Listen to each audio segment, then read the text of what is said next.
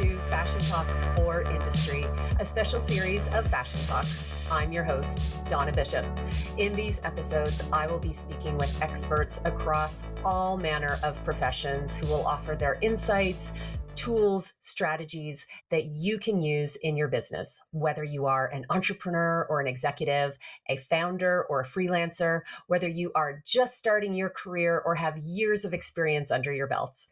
David Cash, I am so happy to have you here today. Oh, it's such a pleasure, Donna. Thank you for having me.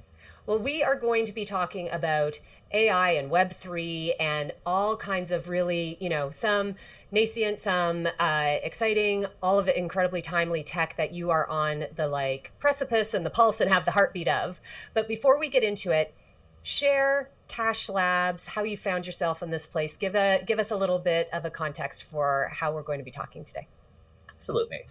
Absolutely. There we go. Absolutely. Thank you so much again for having me. I'm really excited to dive in on this. First of all, I just always want to say when we're bringing up these conversations, especially in this context, we're here for the love of fashion. We're going through all of these hurdles and jumping through all these hoops and learning about all these things so that we can continue to enjoy and consume fashion, culture, art, technology to the extent that we can in our modern day and age. So that's what I always like to start with. So Cash Labs is an agency that I have been working on. It's my baby. I'm the founder. I'm the managing director, and I've been working on it for about 2.5 years now. It's very young. I've been in the entertainment industry my entire life. So I was a child actor. I did that for 12 years. I ran a traditional production company here in Toronto for about 7 years, David Cash Studios. As you can tell, I'm very creative with the naming of my companies. It's important to be clear where the origins come from. Exactly. So did a lot of traditional work, worked on several TV shows, worked on a lot of music videos in the music industry, entertainment industry more traditionally for 7 years, like I mentioned. And then it was during the pandemic that I went down a bit of a rabbit hole. I was actually going down my second academic path. I decided to go back to school and pursue a master's degree in Italy, of all places. And I was in lockdown, and I was really, spending a ton of time online. And it's when I, came across what an NFT was for the first time. And, that may be a foreign word for some people or something that you've seen in media and you might be confused by, or you might understand. But for me, what that meant was it was a way for me to commercialize and contextualize the creative work that I was doing in a way that I hadn't before. I'd definitely been creating photography. I'd been creating videos. I would put those on YouTube. I would put those on Facebook. I would put those on Instagram. But I would never own the distribution platform because I wasn't a production company big enough to own my own distribution. That was reserved for the Alliances of the world and, the Warner Brothers of the world to actually own their own distribution. So that was the first thing that really appealed to me, was the idea that I could own my own imagery and sell it to somebody and then they could own it, like that actual idea of ownership of digital assets, because I was principally working with photography, digital photography, and video. So that's really what I started falling in love with. I ended up pursuing that really hardcore, was researching NFTs and how to use NFTs and how could they be used and what is this for about a year. And I ended up releasing a master's thesis on the topic at the end of my degree. And I put that out on the internet, and I went on vacation, and I came back, and a whole bunch of people had emailed me asking me questions about what an NFT was and how they could use it for their business. So that's how I started Cash Labs. Cash Labs definitely started out of, a bunch of questions just being directed my way. I had a pretty, robust production background and commercial production background. And then I also had a bunch of very niche knowledge on applications of this new technology, which was weird for me to be, because I was always a creative director. I was always a director. I was always, the creative mind. But this allowed me to take that skill set that I had developed and use it in a very different way. So instead of, people asking me to produce a music video for them, they were saying, hey, I have this art collection coming up. How could I roll it out in a really unique way using all these new technologies? Like, how could I use this to benefit myself commercially? Make it more of a PR push. How can I make this more of a splash, a viral moment? All of these different things. And so over the past 2.5 years, as I mentioned, we've produced over 200 different projects for over 200 different brands, individuals, artists, whatever you'd like to call them. That very much initially started by us producing for a lot of the people who would be called big NFT artists, whatever that means for different people, names that you may have heard of but probably haven't, like Krista Kim or Justin Aversano or Don Diablo. We started working with these types of people, helping them produce projects, sell projects, create content, create NFT drops, create IRL events, all sorts of things that were necessary to their processes. And then that very quickly developed. This space is very serendipitous and this technology is very new. So people would find out about the things that we were doing, and very quickly that developed to us doing projects with people, kind of a big stage step up, like Paris Hilton or French Montana or Deadmau5 and doing projects with these types of, bigger names and more mainstream names. And then we helped, companies like the NBA kind of create some of their first official NFT drops, and things just really, snowballed. And I like to say I was drinking from the fire hose for about 2 years. And then fall of 2021 was the first time that Decentraland, which is a virtual world platform, a metaverse platform, who I had activated with many times before. We did stuff with many of the names that I mentioned, and Decentraland in the past. I curated events for them, produced events on their platform. Think of it as any gaming platform that you might be familiar with, or your kids might be familiar with. And they basically came to me and they said, what would we've produced art events together, we produced music events together. What would a fashion event look like in the metaverse? And I left that breakfast. We were in Miami for Art Basel, actually. And I left that breakfast, and we left that breakfast with this idea of Metaverse Fashion Week. And we were going to create this event, and we're going to bring brands together, and we're going to bring all the leading voices in digital fashion that I had come to meet throughout the past year and a half. And we're going to bring them all together for an event in Decentraland. And we did that. It took about 3-4 months of, kind of very intense planning. And we brought in a bunch of people who sponsored, and we started getting bigger and bigger brands to be interested. And eventually brands like Dolce & Gabbana and Etro and Elie Saab were interested in joining. That was through this connection we have with Vogue Arabia. And there were all these interesting things starting to happen. And then next thing I know, I have an email from Decentraland's publicist being like, Vanessa Friedman from the New York Times wants to talk to you. I'm like, what? And so that whole thing snowballed, and the event went very well. It was kind of like the first metaverse fashion event to happen. And we produced this event, and over 100,000 people attended it live. And over 1.2 billion people saw this event or experienced this event through media, over 800 pieces of media in over a dozen different languages, which had never really been done before. And there was a lot of positive in this whole thing, and a lot of negative, I'd say, as well, because there were a lot of great learning experiences and opportunities. I'd say we shifted how our agency runs quite a bit from this event, because we saw brands activate in a way that was catering to the people who were already on the platform that we were activating in. And then we also saw brands activating in a way that was true to their consumers, selling them things that they already wanted. Sharing with them narratives in a new way that were already consistent with their beliefs and their values and the reason why they already shop at that brand. So we did an activation for Estée Lauder at this first Metaverse Fashion Week. And I still, even though this was something we actually built in a very condensed period of time, it was one of the last activations that we ourselves produced, Cash Labs produced. But it was one of the most successful use cases, because we really did cater to people who really loved buying their most successful product. We put out comms in over a dozen different languages, and we spoke to their consumers, and their consumers actually were the ones who participated in this activation. So I'm saying all this to say we very much shifted our business model since that first Metaverse Fashion Week. We've been working very hard to try to work with these types of brands who have consumers' attention, who have people's attention, not just in a purely commercial manner, but because if we want to integrate these types of technologies like NFTs, like the metaverse, like you mentioned, AI, into people's lives in a way that's not alienating, we have to do so through shared touch points. And the biggest shared touch points today, from my perspective, are the brands and the products and the names that we interact with and we trust on a day-to-day basis.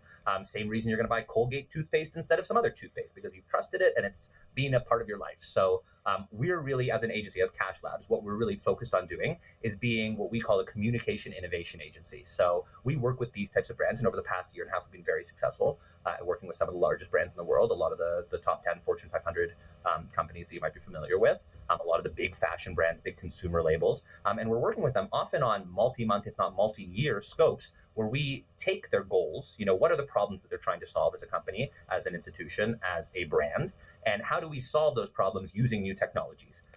Because they develop every day, and it's constantly going to be a problem that these brands have. But that's really how we've moved from from production and NFT master's thesis to what Cash Labs is today. So there was my long, lengthy intro.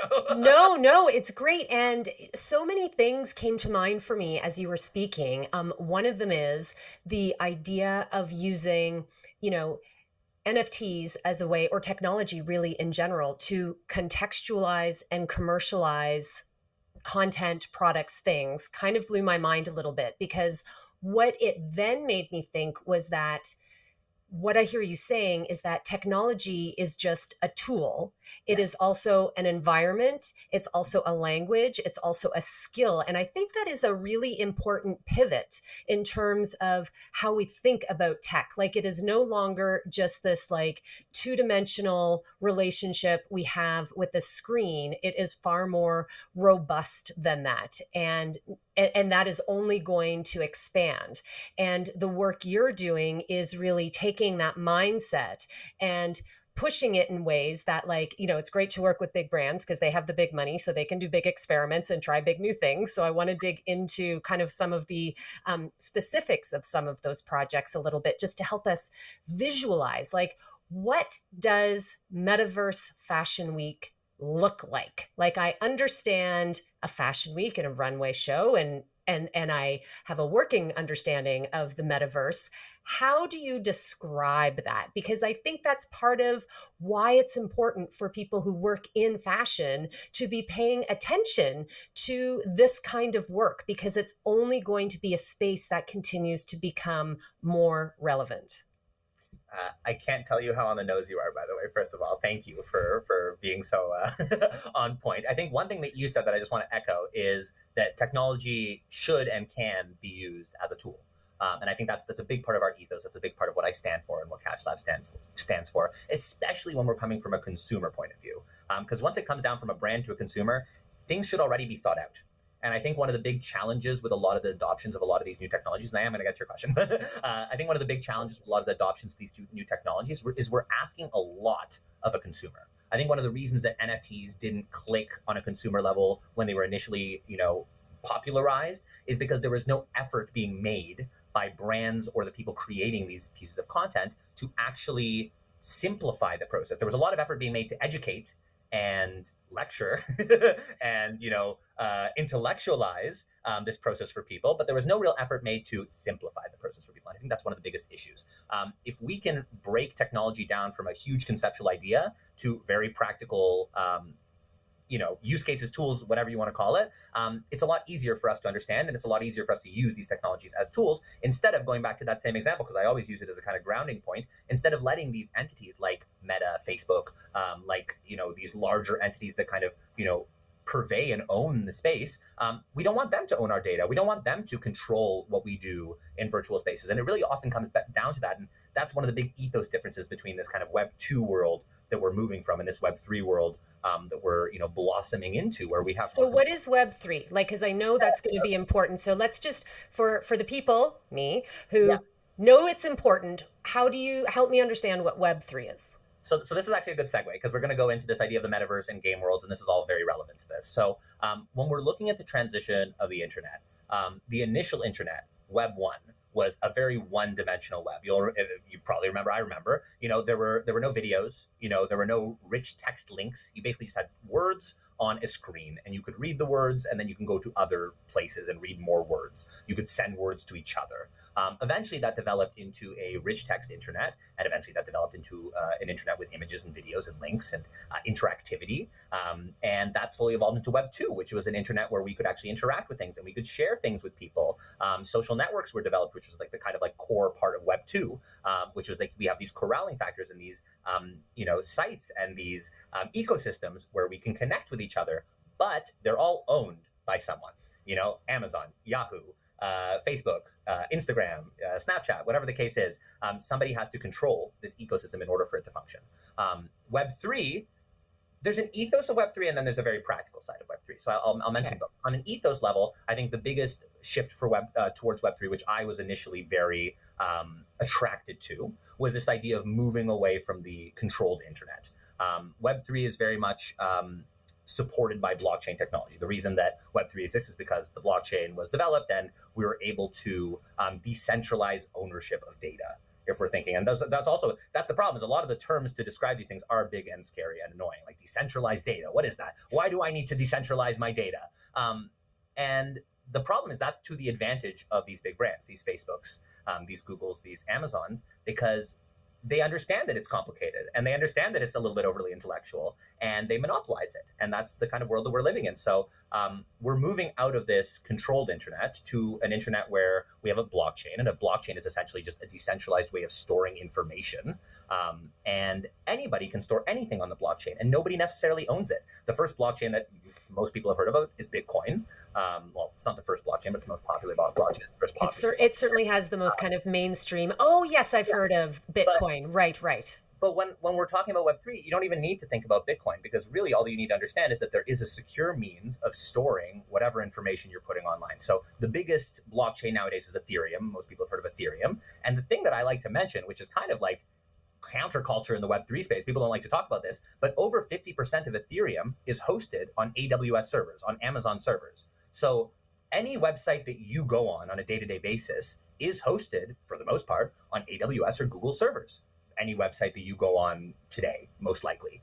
So the fact that over 50% of Ethereum, the biggest blockchain, the most used blockchain in this ecosystem, is hosted 51% or 50.5%, whatever it is, I don't know the exact number, on AWS, means that one, it's under the same storage system, and two, it's 50% more secure than anything else stored on AWS, because the other 50% is decentralized, meaning that if AWS goes down tomorrow, all that information won't go away, because it's being stored on another 50% of additional decentralized servers. So just inherently, in terms of like a high level, this is going way too technical, to be perfectly honest. No, but you know what? It's clear, because it's like if Christopher Columbus is like heading out across the ocean, the servers are the land. Like, he's hit actual land. The land is solid. He doesn't know where he's going, but he's not stepping out onto like the ether off the end of the earth. Like, right. The servers are the continents that people explore and move around on.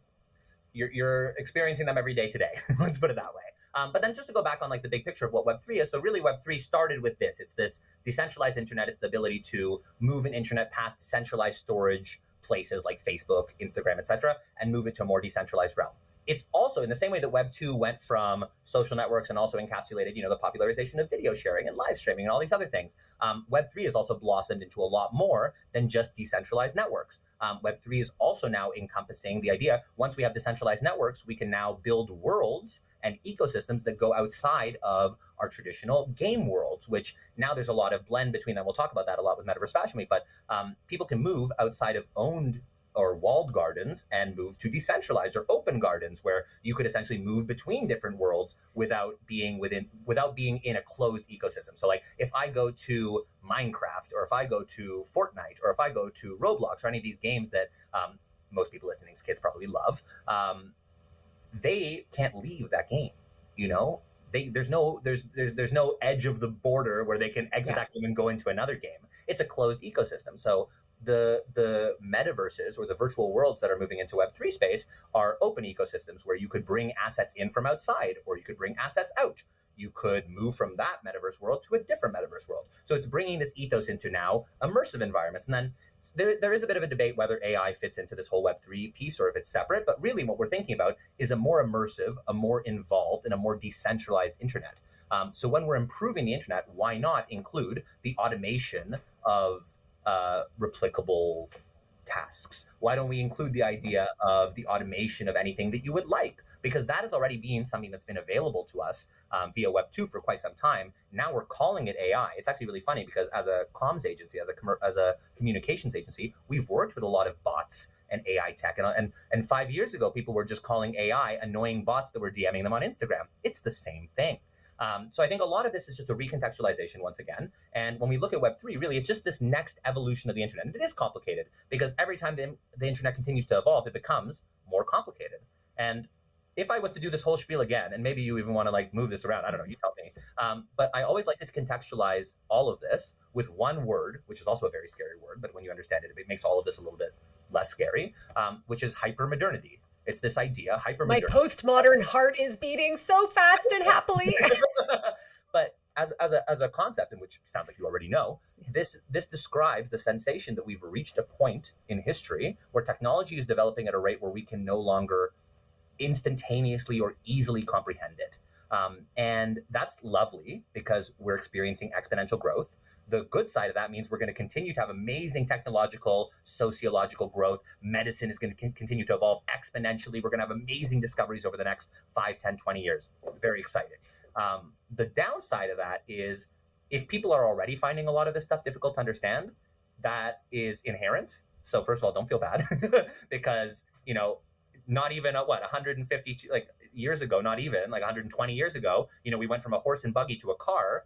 that was an easy gap for people to understand. Okay, now that cart has wheels and they kind of move on their own. Okay, I can kind of, I can wrap my head around that. Okay, but now we're going from, okay, I have a landline device attached to my my house or my car, and the next thing I know, it's a little box that I can pick up and hold in my hand. The next thing I know, it's just a dot, and the next thing I know, I'm supposed to be interacting with a space around me with my hands. Like they're huge logic leaps, and that's why it's easy for kids to understand all these things, but it's really difficult. Anybody over the age of, as soon as our brains have stopped to develop, it's immediately going to become much harder for us to understand each of these big gaps. So anytime we're talking about Web3 versus Web 2, the reason it seems so wild, and it seems like that can't all be part of Web 3, well, it can. It's because we've made an exponential technological leap.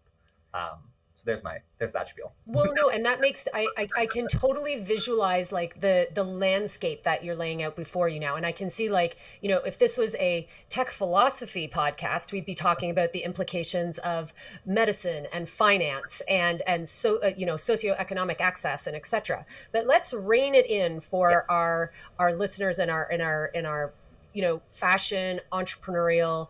You do a lot of work with the, Metaverse Fashion Week is one of the big, hooks that your hat gets hung on. Yes. What does the fashion world need to be thinking about as all of these changes begin to evolve? Because I can just hear a chorus of some, designers and entrepreneurs and creators and artists thinking, I just make the clothes, I just put on the makeup, I just take the photos, and feeling a bit of tension about, is this something I need to be thinking about? Like, it's very cool and I'm so happy it's here, but is it really relevant to my corner of the business? What would you say?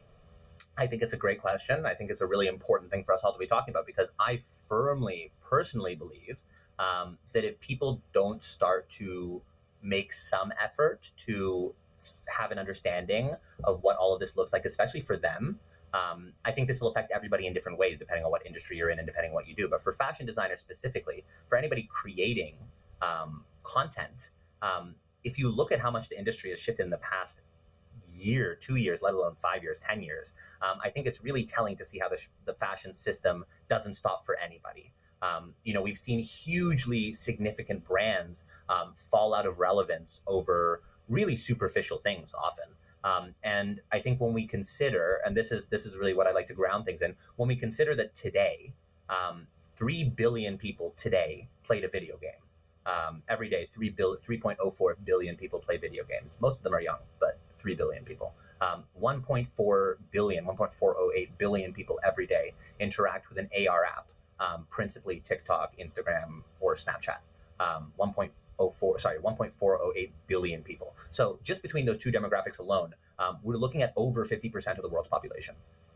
That's wild. Who today, when you put it in that context, that's wild. Yeah, and that's today. We're not thinking about the future. We're thinking about today. And when we look at that, that means that not only did over 50% of the world's population interact with the digital world, over 50% of the world's population today interacted with digital fashion. They just didn't call it digital fashion. They called it a Snapchat filter, or they called it a game skin, or they called it an avatar, whatever. They're just calling it a different name. But when we go back to what it is, we're adorning our bodies with something that says something about us. And what is fashion? It brings you back to some of these really core fundamental questions that we've all kind of asked in fashion school. And, we have these philosophy classes, basically, like trying to conceptualize what is fashion. So how is what my character is wearing in a video game, or what I'm wearing in AR in my Snapchat story, any different than us picking out an outfit in a store and taking a picture of ourselves in the mirror? It says the same thing about us. We're expressing ourselves in a certain way. The context has just shifted. So, and this is only, again, hypermodernity. This is only the tip of the iceberg. This is where we are today. If we look at what the next 2 to 5 years look like, and I do mean 2 to 5 years, not 10 to 20 years, 2 to 5 years look like, we already know that Apple is releasing the Vision Pro headset this fall or early next year. It may already be out when this podcast is out. I don't know. We know that that's coming, and that's going to be a mixed reality device. That's going to be an XR device, meaning that it's going to allow us to see our immediate environments around us, and then we're going to be able to superimpose digital things in that world, and we're going to be able to interact with those digital items in our physical world around us when we're perceiving the world through these glasses. So what that means is effectively, and this is just going to be the tip of the iceberg. Once that comes out, that's not even a consumer-centric device. That's a corporate device. That's meant for people to be building in this headset. Once that gets followed by the Google glasses or the Meta glasses or whatever that looks like, once more companies are creating mixed reality devices, what that means is that this gaming world, which is already, again, 3 billion people, and the AR world, the 1.4 billion people, are going to blend. Those two worlds are going to come together because the virtual superimposed world of AR, which is already kind of an idea of what this extended reality future is going to look like, is going to be blended with these really fully realized game worlds where we have already photorealism. You've seen some of these movies where they have Unreal Engine 3D rendered people, and like Keanu Reeves looks almost exactly like he looks like in person. We're already there in terms of the creative and in terms of the technology. We just haven't bridged any of those gaps yet. So anytime I'm thinking about, Metaverse Fashion Week, I think is more important this coming year than it has been ever, because if we look at where digital fashion was when Metaverse Fashion Week started, yes, there were a lot of people playing in video games. Yes, there were a lot of people active in AR filters. I don't think it was the same amount that are active today, to be perfectly honest. But even if it was, people weren't necessarily ready to make that gap. Now that we already see what that very immediate future is going to look like in terms of technological devices and how we're going to start taking our currently application-based digital experience of the world, where we have to experience something through a laptop or through a phone or through a VR headset, and we start superimposing that into our real world, all of this is going to seem a whole lot more real. So my challenge for anybody who's creating content today, but especially people who are creating digital fashion, because I really think this is going to be one of the first, most important, and most pervasive first use cases of all of this, is start exploring the digital realm. I think you'd be surprised, honestly, Donna, if you saw, like, in fashion school today, how many kids are using digital fashion programs to design their physical garments already. Like, I know so many people, like, even when I'm trying to onboard designers, sometimes being like, oh, you should check out Clo 3D. Like, you should try modeling a digital fashion piece. They're like, oh, it's exactly the same as this software I already use to do my CAD drawings. I'm like, oh, okay. And then I'm like, but you just press this button and then it exports as a piece of digital fashion instead of you cutting it and making it. They're like, oh. And then you have different skills. You have to learn lighting, you have to learn the video format, but there's different people. And there's, instead of having seamstresses, now you can have digital ateliers. Like, the whole industry is going to shift. So I'm not saying that physical fashion is not going to be relevant. I think it always will, as long as we have bodies and as long as we're here, we're going to be wearing something on those bodies. I just think that, I'm fairly certain that this digital world, which already is pervasive enough that over 50% of the world interacts with it on a daily basis, is going to continue to exponentially grow. And that 50% in the next 2 to 5 years is probably going to go up to 70%, 80%, maybe even 90%. I'm not sure. I don't know. Well, because what I hear you saying, just to pause for a second, is our digital footprint, like the Donna Bishop that could exist in the digital world, is only going to be able to become a more fluid version of myself with the Donna Bishop in the real world. And I will want to make similar choices. Like, the fact that there are choices for skins in games, whether it's like your like F1 skin when you're playing like, that PlayStation game, or any of the other kind of like more interesting skins. The fact that there are options to me means it's relevant. Like, someone already knows that we want to represent ourselves digitally in a way that is creative and relevant and says something about ourselves, just like we would in the real world. And that relationship is only going to continue to expand and grow, which means to me, the things that we can now do for free are going to become commercialized as this becomes a more robust landscape that more and more of the already 50% of the population, as you say, is interacting with. And I would say, there is a portion of that 50% of the population that is going to, like, I am not going to be as active in Web3 technology as my kids are. Right? So that's only going to continue to grow. Well, I think you're not right now, because I think one of the biggest shifts that we're seeing happen actively right now, and I'm quite privy to this because I have the pleasure of working with a lot of these big consumer brands. Most of them are working on projects that have not seen the light of day yet, or are multi-year projects that are, very much NDA'd and hidden and all these things. But once we start having the consumer layer of technology shift, So like once the stores that we go to every single day, the grocery stores we go to every single day, the iPhone apps that we use every single day start to adopt these technologies in ways that, again, don't ask anything of us, that's when we're going to actually start to see mainstream adoption of these technologies. So just to go back to this idea of Web3, Web3 is very conceptual when you think about it intellectually. Similarly, Web 2 and the internet as a whole is very conceptual when you think about it academically. If you actually want to break things down on a technical level, I'm not even the one to talk to. You have to talk to Yeah, developers. we're just going to stop that right there. It's very technical. But when you start thinking of how the internet is used, and you start thinking about social media, and you start thinking about, specific apps and applications, that's when you start going on a more consumer level. So I think Web3 as a concept is way too heady for any individual consumer or person to dive into, unless they either want to pursue a PhD, or they want to be a developer, or they really want to develop virtual worlds and they want a deeper understanding. They want to be a consultant. Like, unless you want a technical understanding, you don't need a technical understanding, to the same extent that you don't need a technical understanding of iOS cloud computing devices to use an iPhone. In the next year to 3 years, again, I like to put like general timelines on this, we are going to see applications of Web3 technologies, meaning like decentralized storage, more access to virtual worlds, more open access to virtual worlds, games opening their closed gates and bridging these gaps as seamless integrations. You're never going to have to make a crypto wallet to be able to own an asset. They're just going to do it for you, the same way that everything's done right now. Like, when I buy something on Expedia, or like when I buy a trip on Expedia, I don't know how many back-end processes are going on to book the ticket, do the thing, go through but we don't need to know. The consumer doesn't actually need to know. And that's the biggest shift that I think is going to happen over the next year. So I actually think you will be interacting with Web3 technologies and in Web3 context as much as your kids, but in very different ways. That makes total sense. Yeah. So let's bring it back to Metaverse Fashion Week, because I think that's kind of a cool case study to sort of, give a bit of a, what happens in Metaverse Fashion Week? Like, is it like just an avatar of myself watching runway shows, mimicking kind of like Fashion Week of, what we understand it to be? Like, what does that look like in that new environment?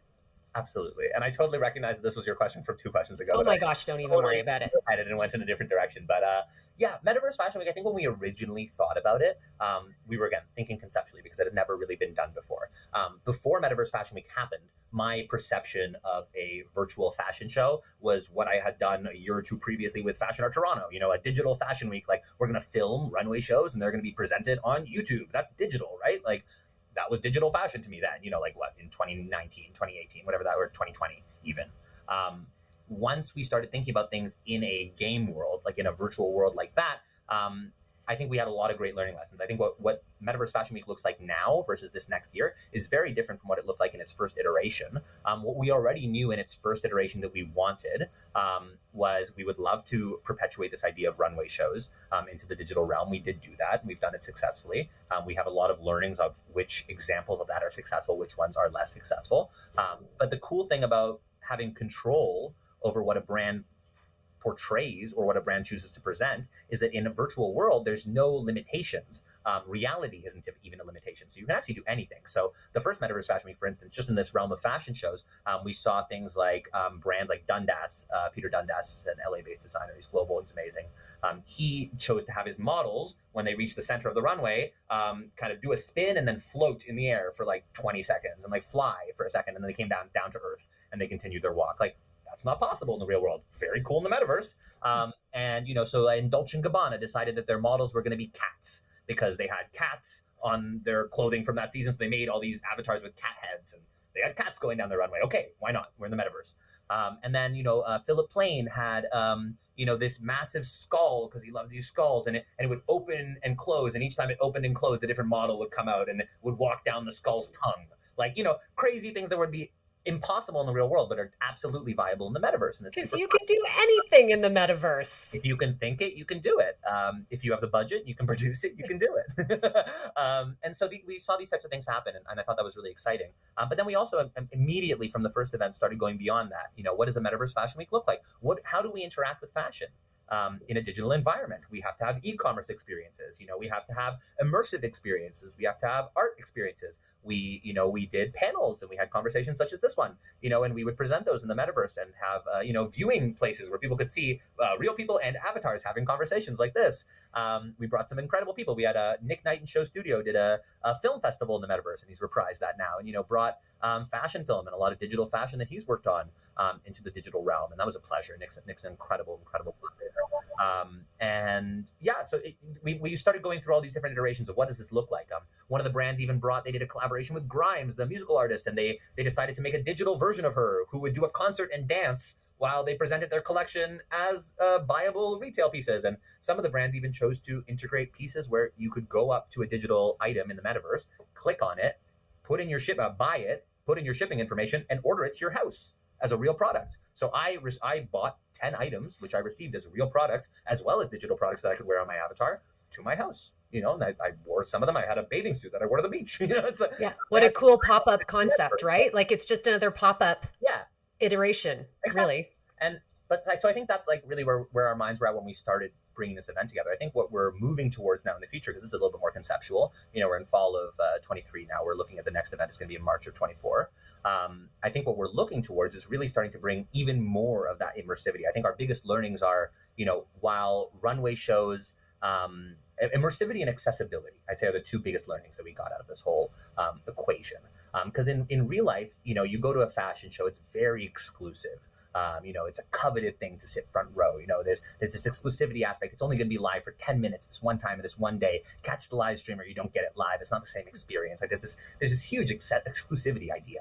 100%. And the first time we did it, we very much tried to remove that. I mean, there was even a slogan we were throwing around. It's like, everybody can come to Fashion Week, like, no matter what. And I think it's really interesting because the first time we did it, we did like 15-minute runways or 20-minute runways, and you had to show up at the right time, but anybody could come. And we saw a lot of people loved it. A lot of people really loved it. But a lot of people, when we're doing a fashion event that isn't localized, which generally speaking is not done, it presents a lot of issues because, we are working across every time zone. We had audience, almost just as big of an audience from Japan as we had in the United States, for instance, at the first Metaverse Fashion Week. So we really have to start considering that. So I think one of the biggest changes that we started implementing last year, but are definitely fully implementing this year, is every event is going to be a loop. It's going to be a replicable event, or it's going to be an immersive event, or a gamified event, so that people can go and they can experience it at any point in time and get the same type of experience. And I think that's one of the really core differentiators that we're pushing this year. Another really big thing that we're pushing this year is, because of this future that I'm prefacing and that I'm not predicting, but that I'm really, anticipating, we are really encouraging brands to present in multiple contexts. So the first two Metaverse Fashion Weeks, there was a curatorial theme. Coming back in now, I've done away with the term of curator. I don't think there should be a curator of a fashion event. I'm creating a fashion council of various fashion designers who are going to help with the administration of the event in terms of like, can somebody apply, can they get in, etc. But ultimately, the real goal will be to ask brands, instead of to present a collection under a curatorial theme, we'll be asking brands to present a collection in more than one context. So are they currently, I don't know, Balenciaga has a, these are not people who are confirmed, by the way. I don't want to start any laws. Hypothetically. Yeah. Balenciaga has a game in Fortnite. I would love for them to take that game in Fortnite and bring it into Snapchat and do an activation in AR. Gucci has an activation in the Sandbox, this Web3 game. Why don't they reactivate their, Sandbox application? And why don't they do an activation in their stores where people can, experience this? I really want to help brands and consumers understand the bridging of these different worlds, because I think that's going to be one of the most important things. So there's a lot of other things I can mention. We're going to have virtual press rooms. We're going to be, we're trying to have more of these retail experiences. We want more of these types of interactive things. We're creating partnerships with various apps that will allow people to log in with their accounts on existing websites, so that if they own something from a brand, they can get into some exclusive backstage. Like, we're really trying to add to the immersivity of the event, allow people to bridge assets between different worlds, really push this like Web3 ethos. There's a lot of things that we're pushing for next year, but I think on a high level, what you can expect when you attend, hopefully, Metaverse Fashion Week 2024. And we'll put a link below if people want to like figure out like where to follow and stay on top of things. That'll be linked so people can attend Metaverse. That'll be right there.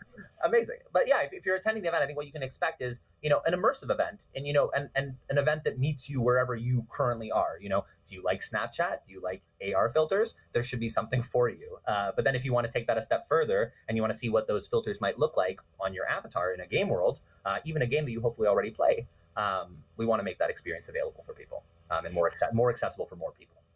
And let's flip it for a sec, David, because I know as we record this, you're getting ready to hit the fall fashion weeks globally. What are you expecting to see, or maybe you're not expecting to see any of this, and you can just say, Donna, move it along. But what, from your lens of these, Web3 new technology, what are you hoping to see at these like in-person events that sort of help the communication go both ways between what's happening, in Web3 and what's happening in the real world? 100%. I think that's a great question.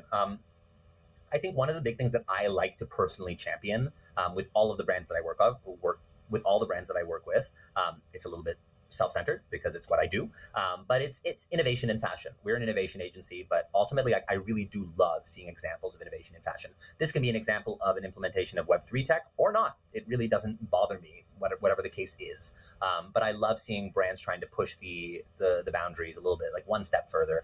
So I do expect to see some examples of this fall. I mean, as soon as next week. I mean, I'm going to be in, I know this is going to release a little bit later, but I'm going to be in New York next week. I know that, for instance, Ralph Lauren, they recently released a virtual storefront where you can move through a digital storefront. It's done in a similar style to that website that Drake put out of his house, where it's kind of like a pseudo metaverse experience. And I think that's great because that's a great bridge between the two. And that's perfect. So allowing somebody to go through the same retail experience as they would, but in a more immersive way, I think that's moving in the right direction. So I think we're going to see more brands do things like integrating AR mirrors into their storefronts or their flagship storefronts, integrating a digital takeaway in the gift bag, like a little QR code or something to tap that you bring some aspect home with you. I think we're already seeing, and we're going to see a whole lot more of those types of integrations already at Fashion Weeks now. But I think the one thing I will say, and also if any brands listen to this who do show at these weeks, I do think there is still a little bit of fear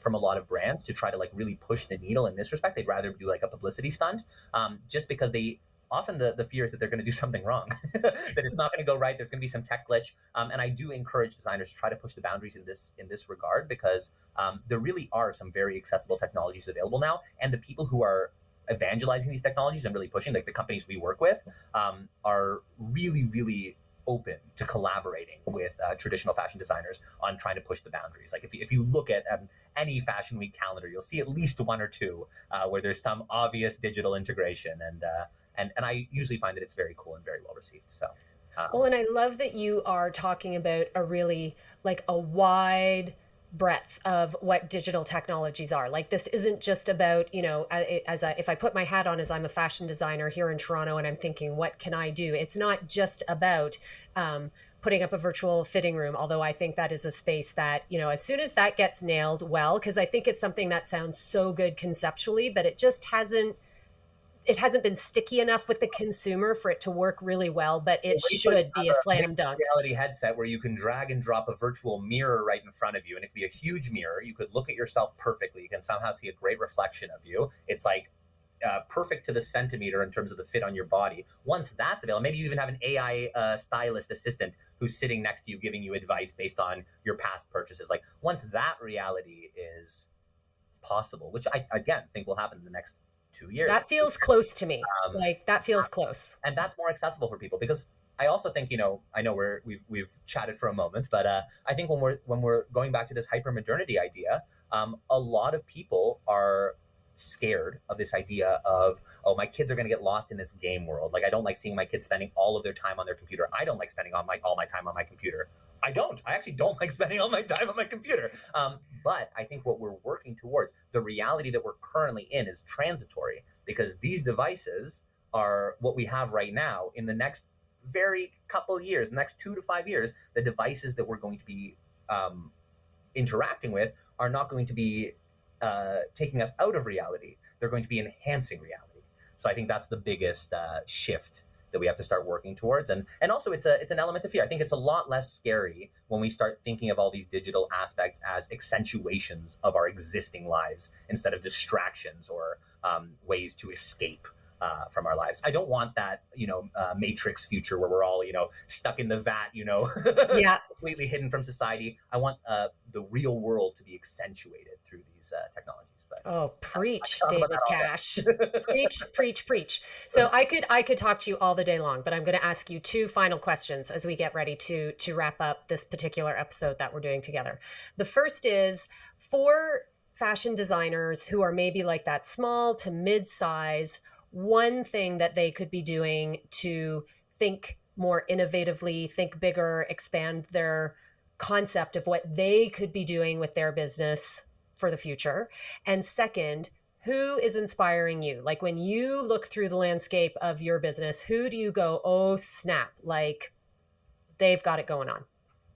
Very, very good questions. I'd say in terms of like one touch point for every designer to do, I would say take a moment, and this is off the cuff, so if it sounds good, amazing. I would ask every designer to take a moment and write down every way that you currently portray your brand in a digital context. Because first of all, I think it'll really surprise you when you This is an excellent exercise. And once you've done that, really think about, am I doing the best job that I possibly could of portraying my brand in an authentic way? If each of these sites was a showroom that I set up at a fashion week, would I be proud of what I'm putting out in each of these contexts? And not to say that anybody's doing a bad job, but when you really think about it as like, is this how I want to be perceived, period? Not just like, is this the best that I can do on Wix.com? I think you're really going to start rethinking the way that you portray your work online. And that's when you can start having some of these thought processes or conversations like, oh, should I add an AR thing on my website? Like, would that make it more exciting? Like, how are people getting to my website? Why are they going there? Are they buying anything when they go there? Why? Why not? Could I help them get to that conclusion? Like, really start thinking about the UI, UX of what you have going on digitally, and then go from there. And on a creative side, I'd say one thing that was fun for me to start experimenting with once I started moving more into the 3D digital realm, because I used to be a photographer and I used to make videos, and I think I came from a very traditional realm. I started messing around with what I call the in-between, which is 3D scanning. So take a photo that you did and manipulate it on an actual like flatbed scanner. Take your iPhone and download 20 free 3D scan apps and scan the model that you're working with. It'll look gross. It'll look terrible half the time if you're not paying for it. But at least it's like starting to make you think about spatial awareness and how do I, create in a 3D environment, and how do these objects interact with each other? That's like the first thing that I would do. And then in terms of who inspires me, this is always difficult because I'm one of the people who loves crossing contexts, as you can probably tell. So I love pulling from like weird, disparate sources. I will say my number one favorite person when it comes to like crazy environments and just reference points. I don't know if I mentioned in this call, but it's Alexandre de Betac, the famous French set designer, set decorator. He's incredible. He's somebody who's created worlds, and I've interviewed him before actually, but he's somebody who's created worlds that are out of this world, but in the real world. So always very inspired by what he's done. And then anybody else who's in that respect, I won't go into a million names, but anybody else who creates like weird space age visions of the future, Alberto Giacometti, Pierre Cardin, like these types of people who really try to envision, Stanley Kubrick, like whoever tries to envision what the future looks like, I'm always very inspired by, because I actually think that not enough people today try to actually envision what our future looks like. And that's sad. Oh my gosh, David Cash, I could talk to you all day. Thank you so much for being here. People who want to like follow along, reach out, where are the best places for them to find you? We'll link them in the show notes, but tell the people where to find you. Absolutely. It's been such a pleasure, Donna. You can find me on pretty much all social media at DavidCash888. That's my Instagram, Twitter, etc. And you can find more about Cash Labs at cashlabs.io. And we have Metaverse Fashion Week and all that linked in there, so you can find it through there. But also just Google MVFW. Hopefully you'll find it. Amazing. David, thank you so much for taking the time to chat with me today. Such a pleasure. Thanks again, Donna. Thank you so much for being here today. Fashion Talks is written, produced, and hosted by me, Donna Bishop, and there is a link below in the show notes if you'd like to get in touch. Thank you to CAFA, the Canadian Arts and Fashion Awards, Jason Perrier, technical producer, and to Nick Crane for the amazing artwork. Hope you'll join me here again soon.